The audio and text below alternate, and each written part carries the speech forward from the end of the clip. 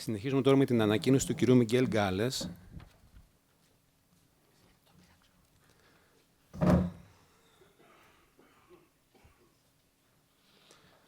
Το θέμα της ανακοίνωσης, some additions to the catalogue of the workshop of Dionysius of Fourna, an icon of the prophet Elijah opens fire. Good evening, ladies and gentlemen. Thank you, the organizers, for inviting me from near Cuenca. Thank you, Chairman. Thank you, you all, for being here. I'm trying to speak a bit about an icon of the prophet Elijah, and this will be my order. First, an introduction, a little presentation of the Emeneia from the point of view of a traveler, like today's No Woman's Land. Then we'll try to fix on Elijah in the Emeneia, what's about him in the Emeneia, the core of the presentation, which will be description of the icon, something about Athonite environment and beyond related with the icon, similar icons, and a conclusion. In studying an interesting icon of Prophet Elijah from a private collection in Barcelona, we were suggested that it could be a new one to be attributed to the famous Athonite painter Dionysius of Fourna, 1670-1745, also known for having written the famous Mount Athos Painter's Guide.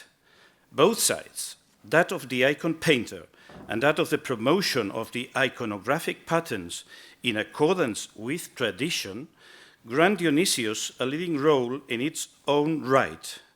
This prominence increases in the historical geographical context of Mount Athos, from which knowledge is spread to the whole Orthodox world, past and future. We are going to begin this journey through the vast world of Dionysius, especially as regards the holy prophet Elijah, by the hand of the eminent archaeologist M. Didron, who was responsible for translating the Emeneia from Greek manuals into French in 1845. It is worth noting that P. Durand dealt with the translation of the Greek manuscript, that this manuscript is referred to as the painting guide, and then the work is dedicated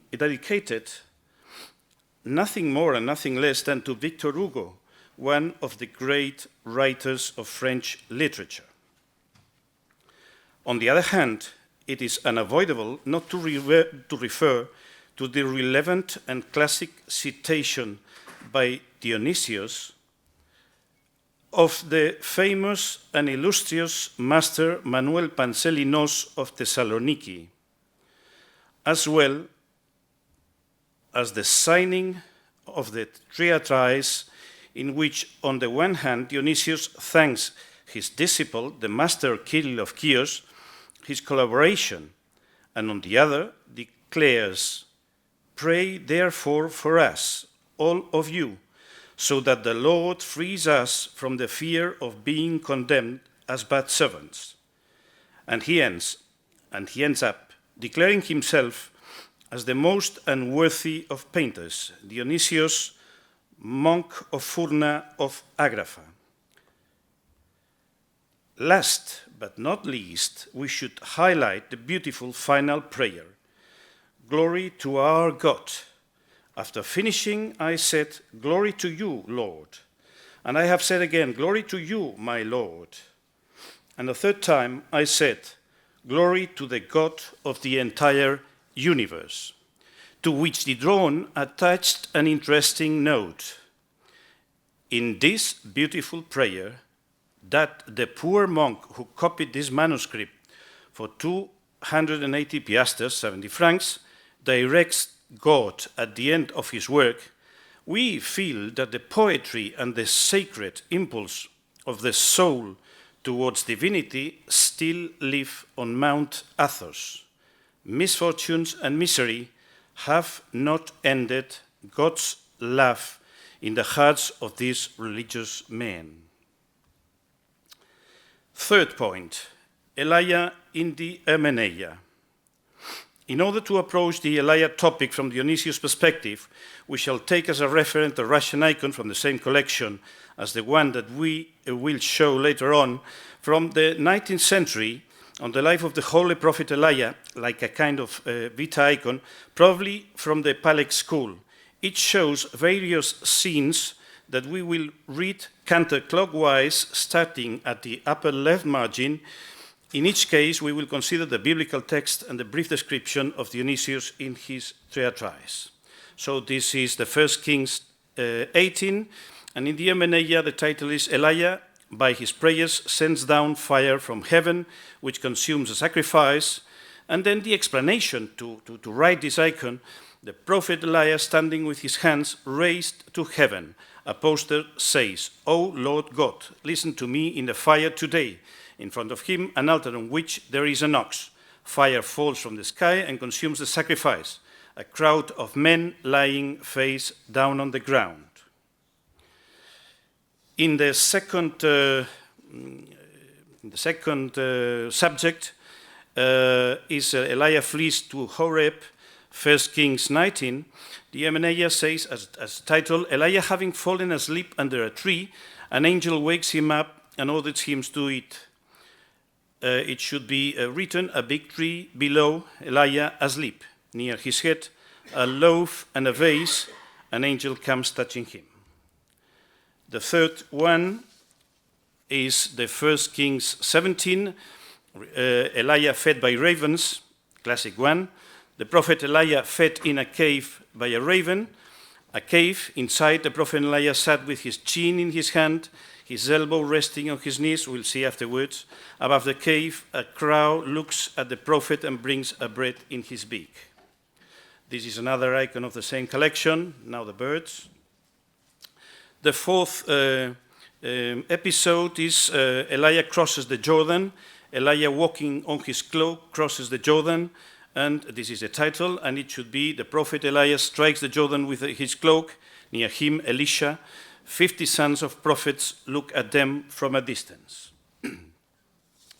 The fifth and last is the prophet, Elijah taken up to heaven, which is the most normal one.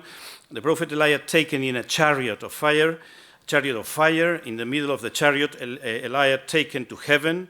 Elisha below receives with one hand the cloak which Elijah drops towards him. On the other hand, he holds a poster on which it can be read, O Father, you are the weapon that defends Israel. You are its knight. So this is the core of the presentation, description of the icon.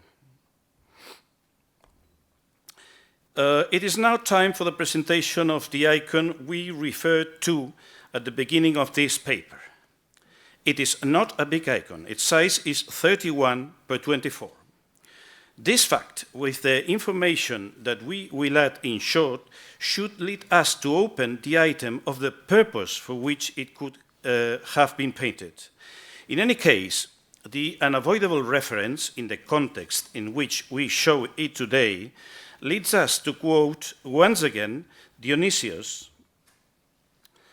who, referring the canon of a painting such as this, points out the following: the prophet Elijah, old man, white bird. He says, long live the Lord, the Almighty God, the God of Israel. So those are all the instructions. The character represented from the waist up is clearly identified by his plentiful hair.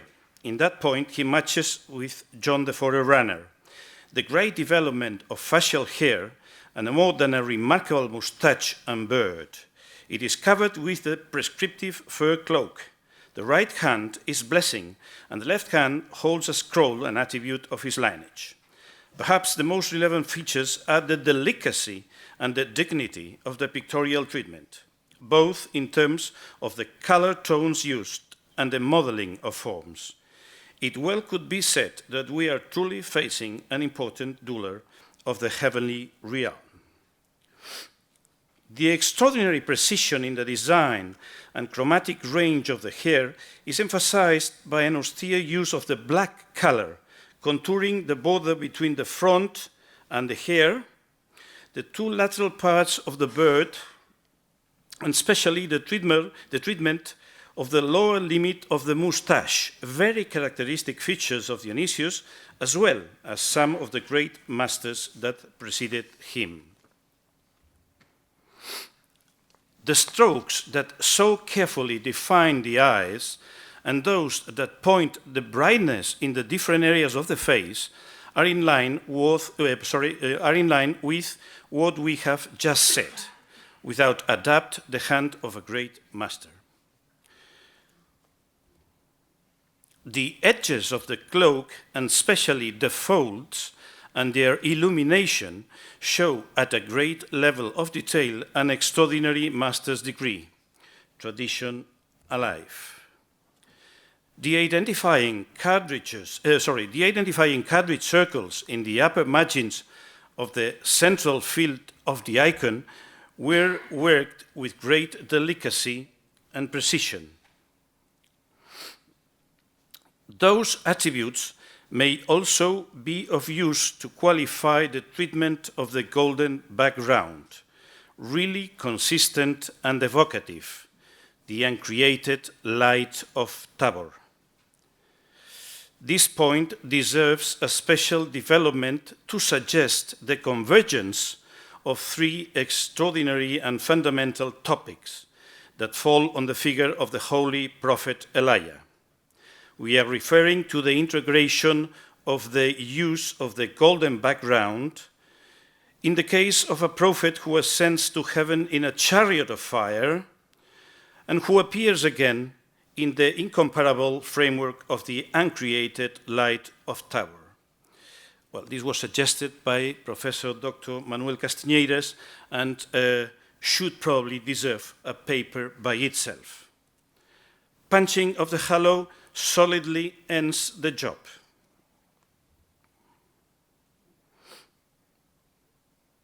It seems appropriate to devote special attention to the blessing right hand. Therefore, we turn back to the words of Dionysius referring this significant issue. How to represent the blessing hand, here in those 2 pages. When you represent the blessing hand, do not join 3 fingers. Cross the thumb with the forefinger, so that the second, called the index, stands straight and the third rests slightly curved, forming the name of Jesus, Jesus YC. Indeed, the second finger, being open, indicates an I, iota, and the thumb and the third forms, by its curvature, a C, sigma. The thumb arranges with the fourth finger. The fifth is also slightly curved, forming the word indication Christos XC, since the junction of the thumb and the fourth finger forms an X key, and the small finger forms, by its bending, a C, sigma. These 2 letters are the abbreviation of Christos. Thus, by the divine providence of the Creator, the fingers of the human hand, being more or less long, are arranged so that they can figure the name of Christ.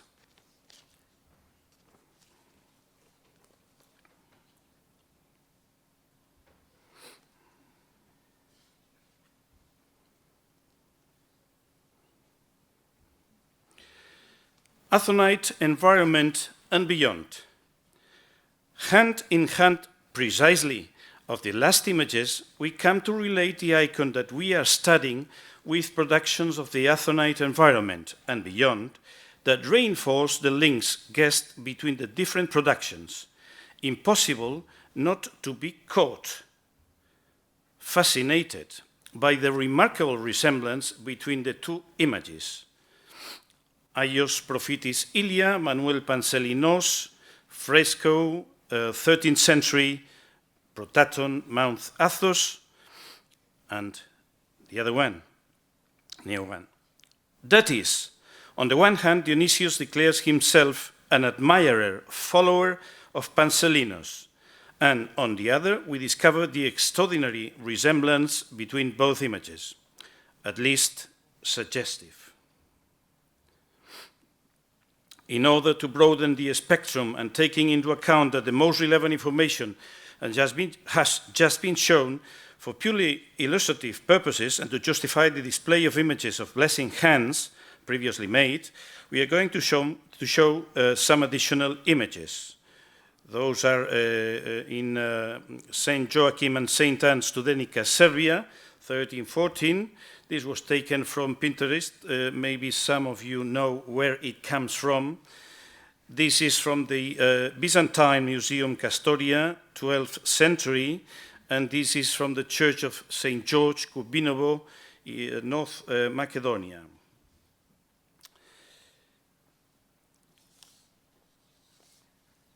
Therefore, it is undeniable that there is a wide Central Balkan axis, we have just crossed virtually through Castoria, Kurbinovo, and Studenica, that remains in the unstoppable dynamics of orthodoxy. It might be a good time to return to Mount Athos, the center of our research today, from where the light radiates, illuminating and heating. Therefore, we pass to Karakalu Monastery by the very same hand of Dionysius. This is specially suggesting again. And proceed to Stauronikita Monastery by the hand of the Cretan painter Theophanes. This is according with the description of the Hermeneia.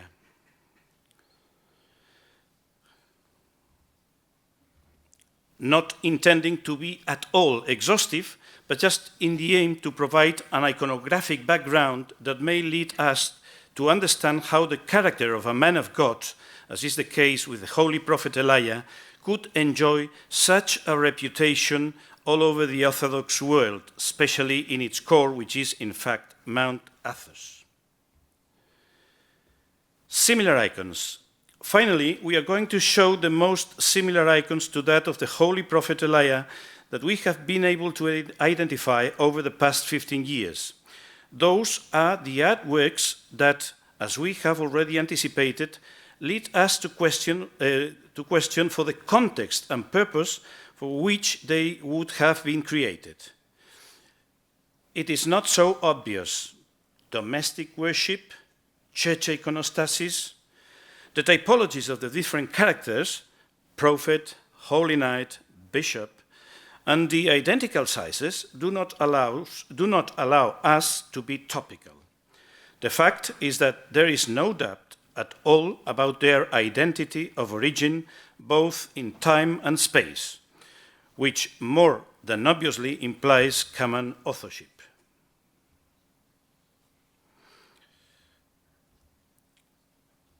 This very elegant Saint Demetrius, the so-called Saint Demetrius of Thessaloniki, went through trade by a well-known dealer, Temple Gallery in London, in 2009. All that we could know about it, pictures apart, is that its size is 31 per 24, the very same as for the Holy Prophet Elijah icon. As for the date, circa 1625 is briefly indicated, and the price was nearly 7,000 British pounds. The young martyr Demetrius of Thessaloniki holds with his right hand the standard cross of Christianity in a clear central position, while with the left hand he intercedes for us all.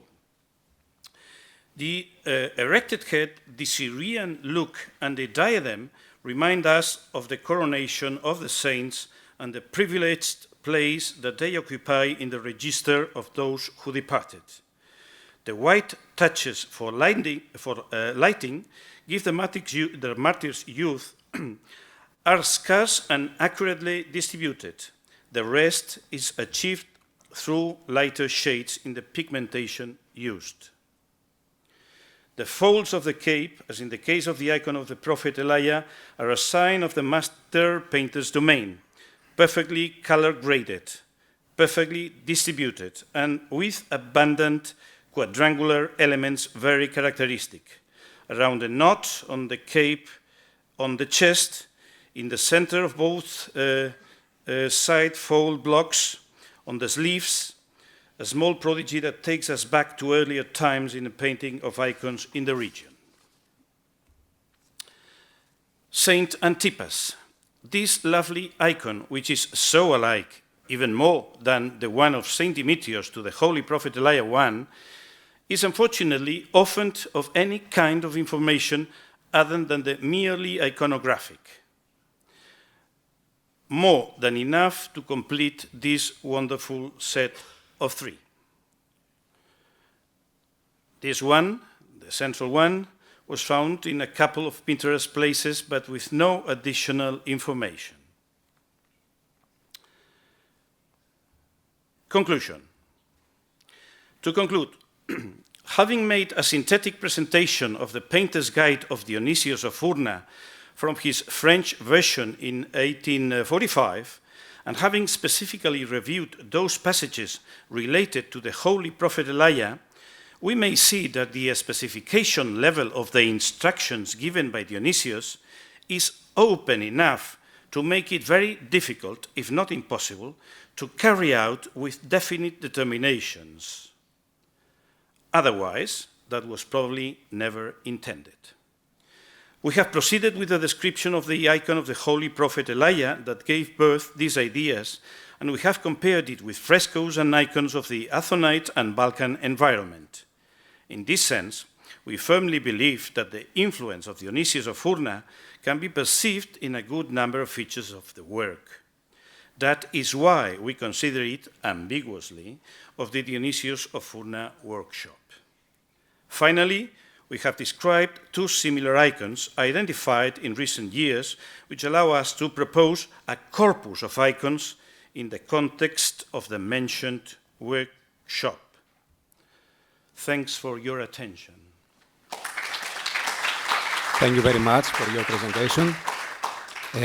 Μπορούμε να συνεχίσουμε τώρα τη συζήτηση.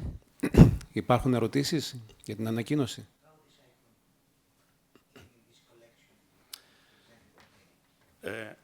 Right. All we know is that it was in a Bulgarian icon, a private icon collection, and it went to this one in Barcelona.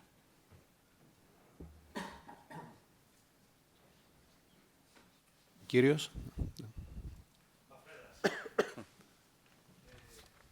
Το μικρόφωνο λίγο. Here you are. Thank you. I have, first of all, one question. If you don't mention anything about the dimensions of the panel paintings of the icons, which are the dimensions? 31 per 24. All of them. All of them. Yeah. And one small second question. Why you don't compare these three panel paintings with already known panel paintings from Dionysius? Well, Thank you. We did only with those of Karakalu and one in the crypta of Alexander Nevsky. But, we have not been able to get the book of George Kakavas, which is the Bible, or it should be, but it's very expensive.